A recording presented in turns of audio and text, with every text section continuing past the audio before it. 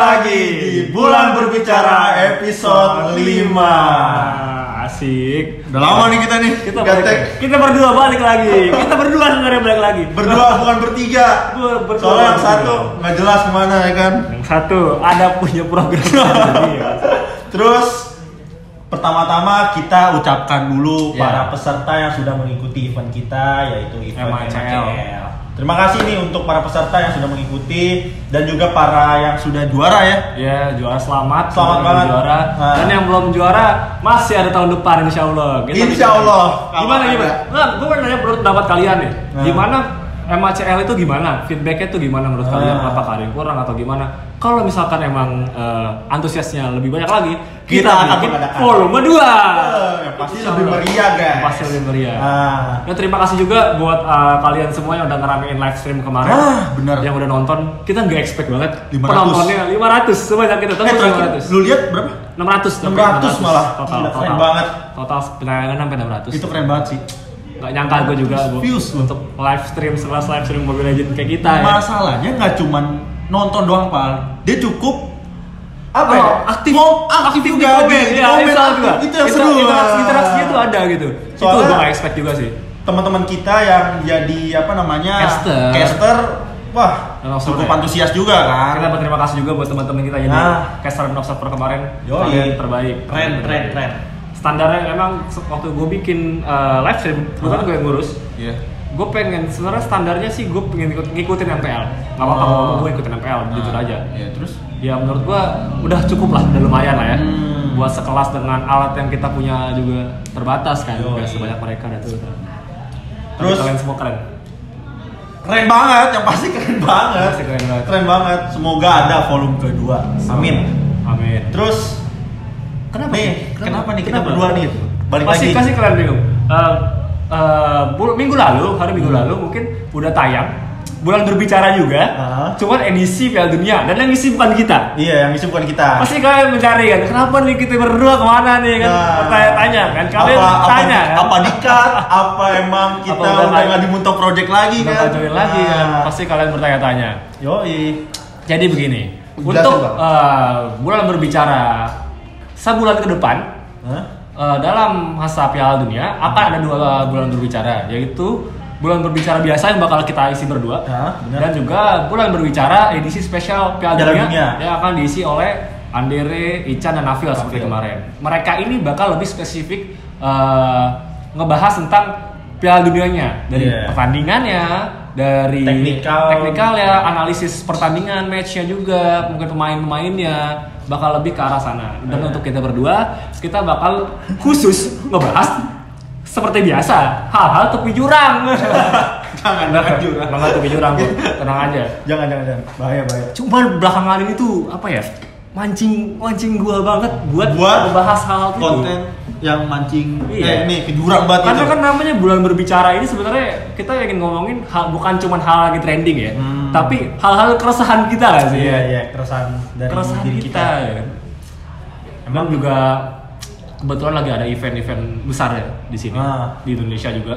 Contohnya G20 kemarin yang alhamdulillah kelar dan juga sukses ya. Alhamdulillah bagus. Selamat buat orang-orang di belakangnya. Masih utama tuh gue melihat itu waktu dining itu keren banget sih. Keren. Terus dari para pihak keamanan, keamanannya, aparat menjaganya tuh keren banget. Bagus. Terus para volunteer juga terima kasih ya. Terima kasih. Nah lanjut nih Pal. Event besar selanjutnya apa nih? Piala Dunia ini. Tentunya yang bakal jadi event besar dunia juga. Yang bakal dimulai tanggal 20 ya kalau nggak salah. Apa? Tanggal 20 ini? Iya, tanggal 20 ini. 2 hari lagi. Ya semoga Piala Dunia 2022 ini di Qatar lancar yang pasti. Walaupun apa tuh? Terlalu banyak political issues ya. Dari mulai terpilihnya Qatar menjadi tuan rumah tuh udah menurut gua ada political issues banget sih. Dan juga proses Qatar untuk menjadi Piala Dunia tuh juga. Ya kalau kalian ingin tahu ya sebenarnya udah ada dokumenternya juga di Netflix. Kalau kalian penasaran kenapa bisa Qatar jadi Piala Dunia dan dalam isinya FIFA itu ada di FIFA Uncover gitu Netflix. Kalian bisa nonton itu. Gue pengen ngejelasin cuman ngeri. Jangan. Mendingan lu nonton sendiri aja. Terlalu politikal sekali sih menurut gue. Terus biar lu bisa simpulin secara langsung. Iya. Dan gue juga bukan ranah gue juga ya buat ke arah situ. Nah, ini ngomong-ngomong Pal tentang Piala Dunia, biasanya kan menyambut kedatangan Piala Dunia ini cukup antusias nih para masyarakat. Ada yang benar-benar bendera, ada di depan rumah, tiap kampung ada bendera, terus penobaran udah ada di mana-mana. Nah, info nobar gimana nih? Ngomong-ngomong tentang nobar nih, gimana nih menurut lu? Kalau masalah nobar ya, menurut gua tahun ini gak bakal serame Piala Dunia tahun-tahun sebelumnya. Bakal lebih sepi, bakal lebih dikit sih yang ada nobar. Kenapa tuh? Lebih susah izinnya? Karena regulasinya yang baru ini. Kebetulan kan pemegang hak siar untuk Piala Dunia tahun ini dipegang oleh MTech Group. Jadi mereka sangat menjaga copyright-nya, sehingga mereka melarang ada tindakan buat pengadaan nobar di luar si izin mereka. Jadi kita yang mau ngadain nobar nih, buat kalian tahu aja, setiap kedai, restoran, maupun kalian nobar di lapangan sekalipun, kalian bikin nobar di kampung, di komplek kalian pun, yang mengundang orang banyak, itu harus ada izin tertulis dari pihak MTech Group. Nggak bisa sembarangan. Kalau nggak, kalian bisa kena pidana karena udah ada pasal juga tentang hak cipta dan copyright ini misalnya. Udah nggak kayak dulu ya, yang udah kita dulu, sebebas dulu. Langsung nobar aja udahlah. Sekarang mesti ada izinnya dulu. Dan menurut gue sebagai gue menghargai seni juga, dan tentu aja gue menghargai copyright ya. Hak cipta itu emang harus kita hargai. Oke lah, gue menghargai hal itu. Tapi yang jadi hal menarik di sini adalah proses izinnya yang mereka klaim gampang. Kita tinggal email ke sana, bla bla bla. Dan kebetulan gue juga di sini sempet mengurus, kita pengen ngadain nobar di Muntok ini sebenarnya. Kita pengen bikin nobar juga di sini. Sempet atau gue sama temen gue berdua, ayo kita urus gitu. Sempet lah gue urus, dan ternyata gue juga dapet info dari teman-teman gue lain dan temennya dia juga, temen gue ini. Ternyata dikasih lah nih kalau lu mau Piala Nobar Dunia, lu harus siapin budget segini. Waduh, ada budgetnya? Oke, iya ada budgetnya. Sebenarnya gue udah expect kayak gitu. Oke lah, karena nih ada copyright dan kita harus izin, otomatis kita ngeluarin budget untuk membayar copyright-nya. Gue fine banget untuk bayar-bayar kayak gitu kan gak masalah. Cuman yang gue habis pikir adalah nominalnya sebenarnya. Nominalnya gak masuk akal. Dari gini kan, yang gue terima, prices yang gue terima itu dari pihak MTech itu dibagi sesuai kategori 1, 2, 3, dan 4. Dan juga untuk wilayah dibagi per regional, sampai 6 regional kalau nggak salah. Jakarta itu masuk ke regional keempat. Nah, kategorinya ini dibagi menjadi tergantung jumlah kapasitas dari tempat tersebut. Misalkan kita mau nyelenggarain Piala Dunia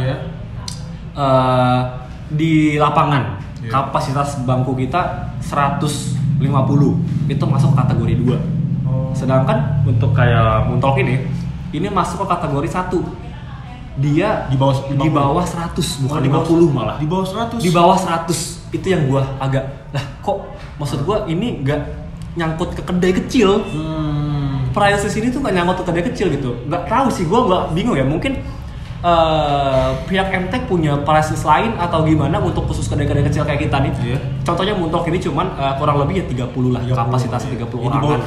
Di bawah 50 lah, enggak nyampe 100. Tapi di price itu cuman ada kurang lebih dari 100, kurang dari 100. Dan nominalnya kategori 1 itu kurang lebih 25 sampai 30 juta ya. 25 sampai 30 juta. Itu di luar biaya untuk kita berlangganan streamingnya. Jadi streamingnya kita harus bayar lagi. Tapi untuk biaya copyright aja 25 sampai 30 juta untuk sekelas Muntok. Kasihan lah untuk para kedai-kedai kecil yang memang pengen kita meramaikan, tapi dengan kapasitas yang nggak terlalu besar, tapi kita harus membayarkan biayanya sebesar itu. Wah, menurutku besar banget sih itu. Sampai kategori 4 tuh kalau nggak salah 60 juta. Kategori 4 60 juta tuh berapa orang? Itu 200-400 orang lebih kapasitasnya. Maksud gua gimana ya? Mungkin perhitungannya harus dikaji ulang nggak sih? Ini mungkin belum banyak orang yang tahu ya. Belum banyak orang tahu bahwa kalau kita mau ngadain nobar tuh nggak bisa sembarangan dan biayanya tuh seberapa. Belum pernah dibuka ke publik nggak sih? Orang-orang tuh mungkin teman-teman gua juga buat pelaku-pelaku usaha, pelaku-pelaku kedai juga yang pengen ngadain nobar, mungkin juga belum tahu hal ini, belum tahu berapa biayanya. Makanya di sini coba gua buka aja. Di sini gua nggak menyalahkan pihak MTech atau gimana ya. karena gue juga menghormati apa itu hak cipta. Gue paham banget copyright itu kayak gimana dan gue menghormati, cuman gue memposisikan gue sebagai kedai kecil ya, yang kita ingin ikut meramaikan juga gitu. Tapi untuk membayar 20 sampai 30 juta tuh nggak bisa. Itu beratan sih untuk para kedai-kedai kecil kan. Itu enggak. Masalahnya sih. Kita juga nggak sampai 100 loh. Kita di bawah 50. Di bawah 50. Nah, sedangkan dari MTK itu kan di bawah 100. Patokannya itu di bawah 100. Iya. Maksud gua, kenapa nggak dibikin, maksud gua ya untuk kapasitas 20 pengunjung berapa 30 gitu. Tapi kalau untuk di bawah 100 itu besar banget gitu. Kapasitasnya udah bukan kedai. Gue mau nanya nih, konsekuensinya kalau misalkan kita mengadakan nobar ilegal, itu ada pidananya juga dan udah ditegaskan juga sama pihak MTK. Di sini gua ada kutipan juga dari pihak MTK bahwa di situ jelaskan untuk yang melanggar hak-hak MTK Group akan dikenakan perundang-undangan Republik Indonesia, yaitu Undang-Undang Nomor 32 Tahun 2002 tentang penyiaran, Undang-Undang Nomor 28 Tahun 2014 tentang hak cipta, Undang-Undang Nomor 11 Tahun 2008 tentang informasi dan transaksi elektronik, Undang-Undang Nomor 19 Tahun 2016 tentang perubahan atas Undang-Undang Nomor 11 Tahun 2008 tentang informasi dan transaksi elektronik dan segala aturan pelaksanaan yang berlaku. Jadi ini undang-undangnya banyak banget yang bisa yang bisa dikenain. Nggak bisa main-main juga ya. Nggak bisa main-main banget. Di sini nggak bisa main-main karena MTK ini bener-bener ngejaga banget. Jadi buat kalian teman-teman pelaku usaha juga coba diurus aja.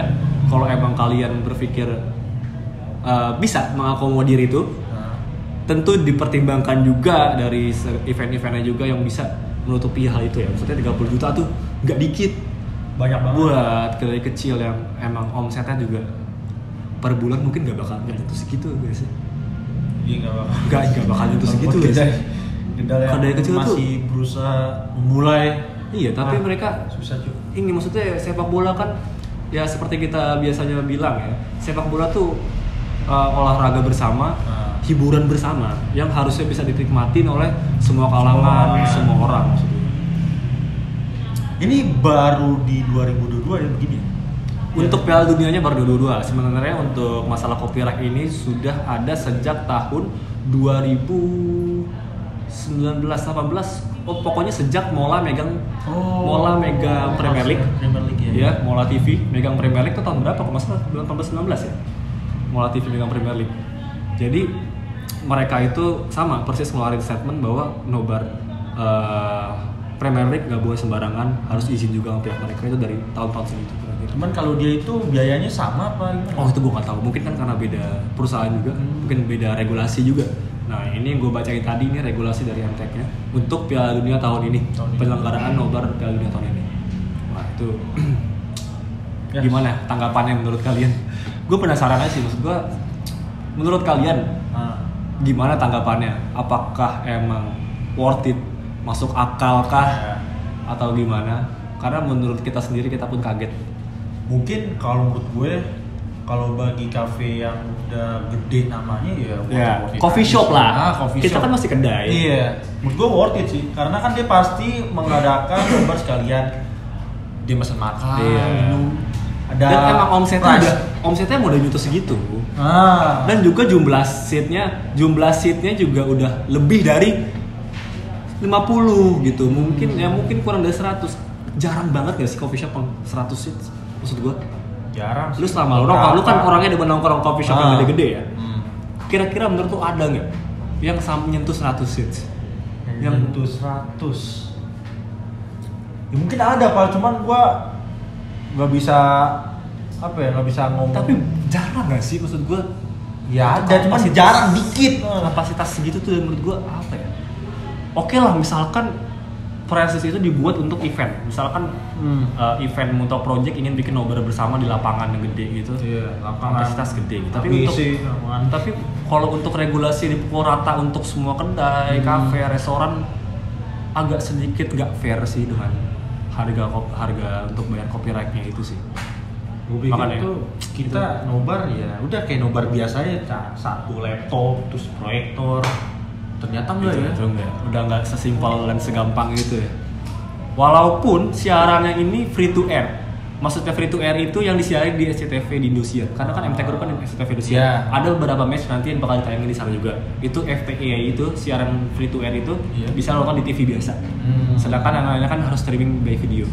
Bahkan siaran free to airnya pun, misalkan lo punya TV atau punya TV lah lo colokin ke proyektor, ini TV lo nontonnya ngambil dari CTV, itu tetap nggak boleh. Tetap kena. Walaupun dengan embel-embel free to air itu tetap aja nggak boleh dinobarin. Itu khusus pemakaian pribadi. Kasihan juga ya bagi yang warkop terus itu yang gue bingung dan orang-orang ronda dulu zaman dulu itu yang gue bingung. Gimana konsepnya kalau ronda atau warkop gitu? Cuman kayaknya warkop juga nggak bakal nganggarin nobar sih.